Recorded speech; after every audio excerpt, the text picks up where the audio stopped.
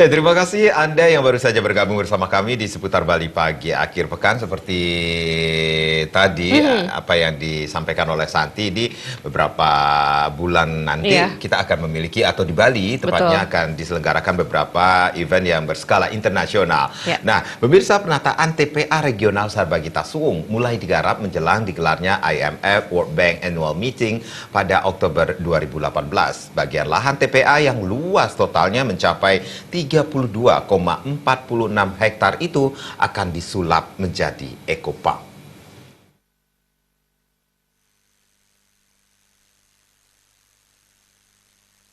Kepala Dinas PU Provinsi Bali Nyoman Astawaryadi mengatakan, penataan TPA Suung seluas 32,46 hektar dari total luas lahan tersebut, 22,46 hektar akan dihijaukan dengan konsep terasering level 3 yang dilengkapi dengan pedestrian dan jogging track.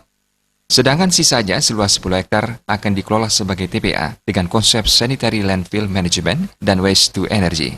Untuk pengerjaan pada tahap awal, pihak yang menargetkan dapat merampungkan penataan lahan pada sisi barat yang terlihat dari Jalan Tol Bali Mandara.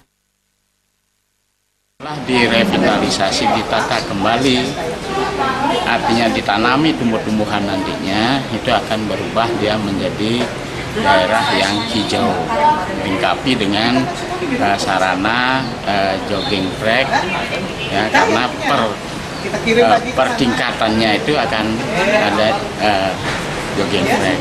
Nah, kemudian lahan yang 10 hektar, 5 hektar akan dibangunkan pabrik berupa waste to energy, kemudian 5 hektar itu berupa daerah tempat bahan yang tersisa di dalam waste to energy pembakaran itu akan ditempatkan di sana. Jadi ada satu daerah sanitary landfill.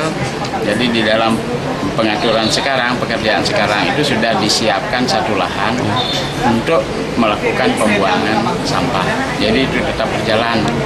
Tapi harapannya 2020 lah waste to energy itu sudah bisa dioperasionalkan.